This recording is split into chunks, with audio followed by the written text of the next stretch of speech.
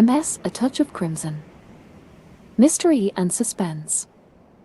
The afternoon sun filtered through the drapes, light spilling onto the canvas and the floral fabric of the antique couch. An abundance of hog-hair brushes sat in a jar on the drinks table next to a fresh vase of purple lilies. "I think it's the best one yet," the woman said, draping herself over the painter's tall frame. "It will be when it's finished. My husband doesn't know how much I love these flowers," she sighed, removing one from the bouquet, studying its violet petals and placing it behind her ear. "There's a lot he doesn't know," the painter said, turning to plant a kiss on the married woman's cheek. The affair had been happening for over a year now. At first, it was just for the summer, but summer turned to autumn, and autumn turned to winter, and winter to spring, until the new year rolled around and the couple's scandal continued. This was no longer the woman's way of getting back at her husband in the wake of his affair. This was not revenge. This was love. 12 months worth of secret meetings and trips to neighboring towns, just far enough away to be unrecognized. The painter's love was loud, his love was full of grand gestures and public displays. But for her, the painter would silence his affection and bottle it up into something only they could share.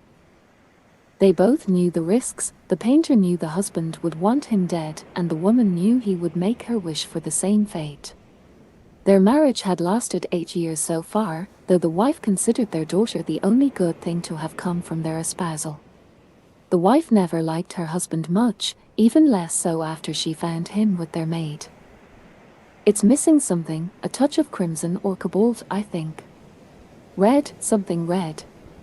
It was a simple statement, but the woman's tone was solemn, marking the end of an era. The painter was well known among the regional galleries. Some said he was the best thing to have come out of this town in years. But this collection, this project he had worked on tirelessly for the past year, was something different. The married woman's love had changed him. He had become reserved, keeping everyone at an arm's length, but the artworks said everything he couldn't.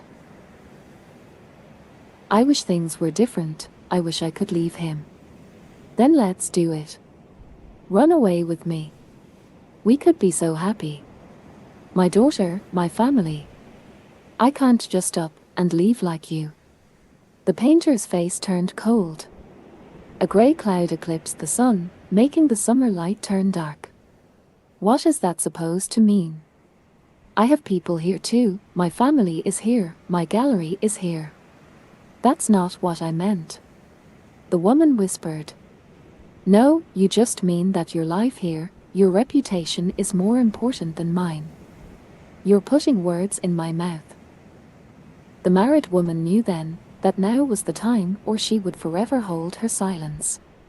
But if this was to continue, then everything she had worked to build would fall. But if times had been different, if reality had shifted, it would still begin and end this way, with the words, "Till death do us part," and the fulfillment of that promise. "Where are you going?" "I'm leaving." The woman walked from the window to her bag. She pushed aside the perfume bottles and a collection of small notebooks to reveal the silver metal of the 9mm pistol. Her hands shook as she gripped the handle. Did it have to be this way?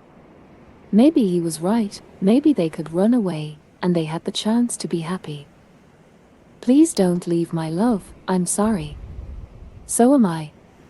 She stood with her back to the painter, the light catching on the side of the handgun. "What are you doing? Please just talk to me." The woman with the gun turned around, every perfect color on his face dissipated. He stumbled over words, trying to find something to say to his lover with the pistol. "I'm sorry, I promise I'm sorry." The words were quiet, as if she was talking to her own splitting heart, and not the man in front of her. Everyone knows what happened next. Everyone saw it in the papers and heard it on the street. This town was defined by it, and so were their children. She raised her hands. The painter was silent. A tear fell to the floor as she pulled the safety. He told her he loved her, and she pulled the trigger. The bullet entered just below the center of his chest. Blood seeped through his clothes, onto her hands, and across the floorboards. I love you too, whispered the killer.